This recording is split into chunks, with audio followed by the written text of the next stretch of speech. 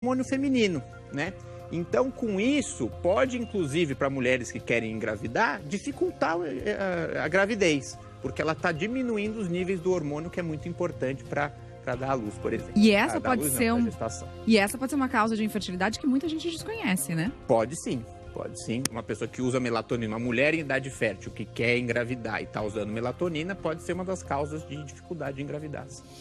Daqui a pouquinho a gente vai falar mais sobre melatonina, vamos saber se idosos e crianças podem tomar, mas a gente vai falar também sobre atividade física e sono. Pode ser um santo remédio se mexer. Como é que você se sente depois do exercício?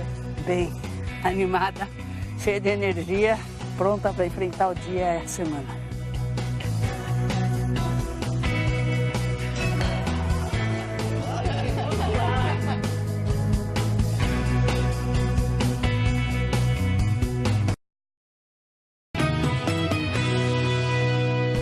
Bem-vindo de volta ao Bem-Estar. Ontem a gente começou a nossa série sobre depressão e falou sobre os pilares que ajudam no tratamento da depressão. Então a gente falou sobre antidepressivo, falamos também sobre terapia e agora a gente vai falar sobre atividade física. E sobre esse assunto tem um comentário que chegou no nosso auditório virtual. Vamos dar uma olhada? Da Luísa. Eu sofri com insônia por 8 anos. A atividade física me salvou. Sei que é difícil, mas vale muito a pena se exercitar. Exatamente, Luísa, porque melhora a insônia e também melhora a depressão. Michele Loreto mostra pra gente.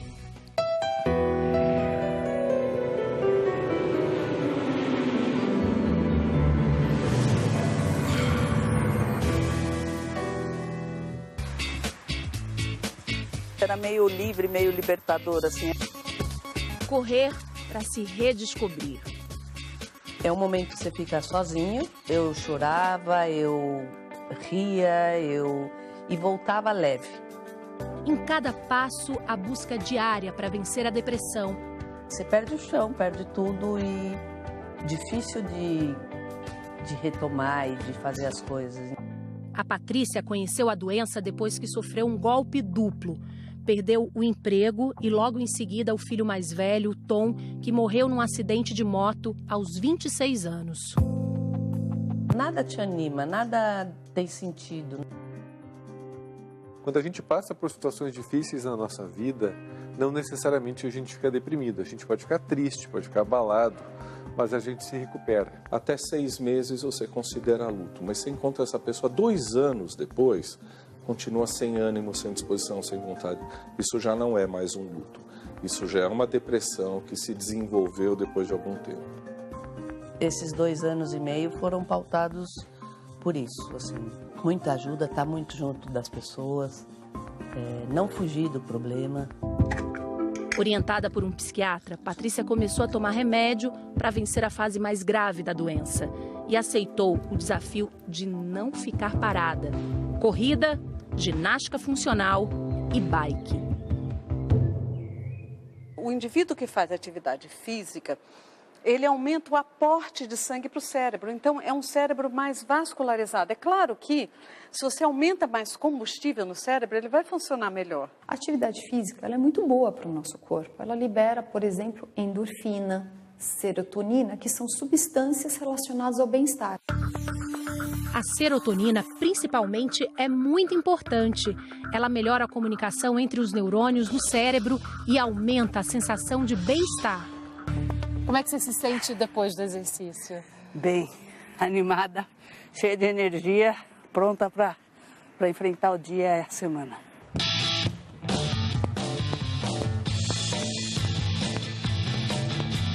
Os estudos comprovam que a atividade física ajuda a combater a depressão. E nos casos mais leves, se fizer o exercício direitinho, pode nem precisar de remédio. O importante é ficar muito de olho, porque depressões leves podem ser apenas o início de uma depressão moderada e de uma depressão grave. Outro pilar importante do tratamento é a psicoterapia. Porque a própria psicoterapia tem estudos mostrando que ela, por si só, já aumenta a disponibilidade da serotonina na fenda sináptica.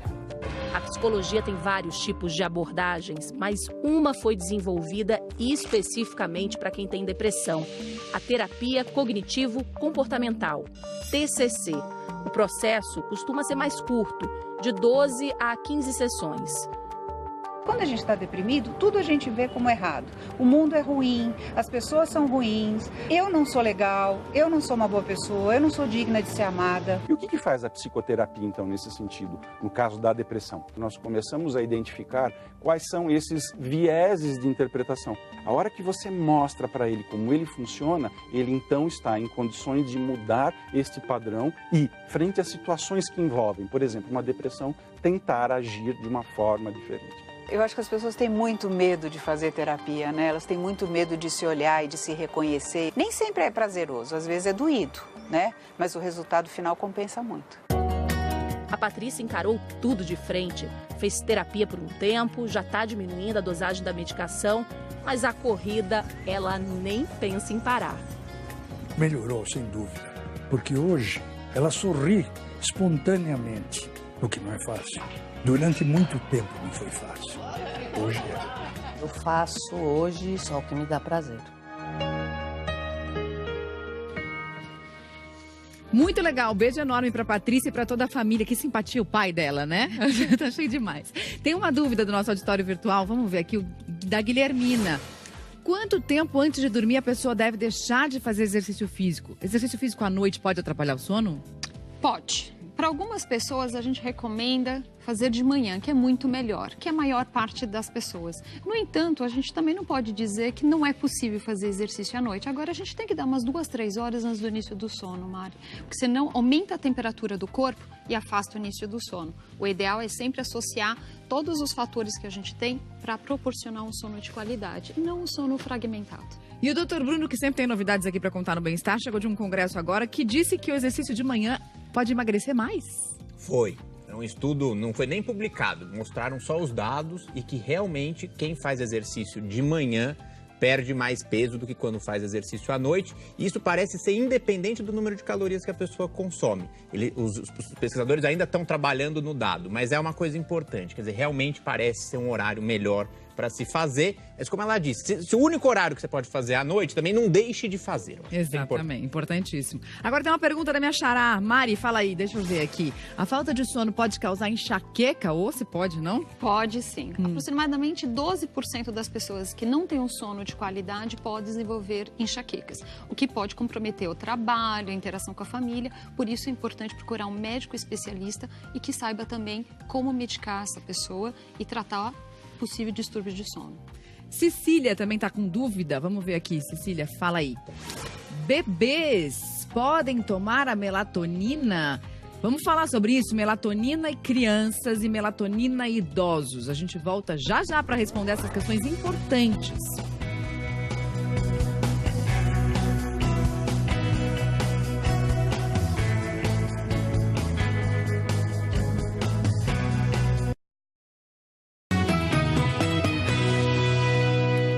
Bem-vindo de volta, é hora do G1 em 1 minuto agora.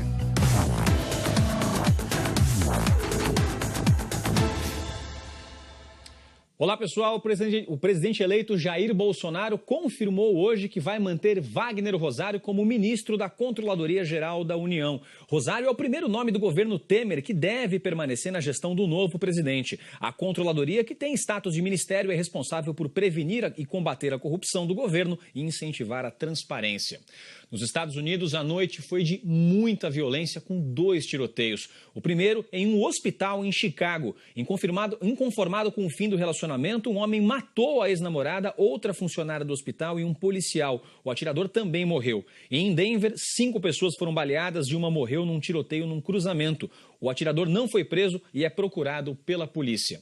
E a NASA escolheu o local de pouso para uma missão não tripulada em Marte em 2020. Depois de 5 anos de pesquisa, a cratera G0 foi escolhida por ser um local rico em amostras de solo com formações geológicas com mais de 3 bilhões de anos, Mari. Bonito, hein? Muito legal. Valeu, Cauê. Bom trabalho pra você. A gente se encontra de novo amanhã, hein? Até amanhã. Tchau, tchau. Até lá, até lá. Vocês lembram da pergunta que a gente tinha antes do intervalo? Olha lá. Perguntando se... Ah, não. Entrou outra pergunta, então. Depois a gente responde a do bebê. Vamos falar essa do Nardo. Ele tem 62 anos, já tá com sono picado e quer saber se os idosos dormem menos. É verdade? Dormem menos? Doutor, pode ser? Qual dos dois quer responder? Mônica. O idoso dorme menos. E aí a pergunta é, o idoso pode tomar melatonina? Sim. Para alguns casos, depende de como é a saúde desse idoso, porque a gente sabe que o tempo de sono reduz ao longo da vida.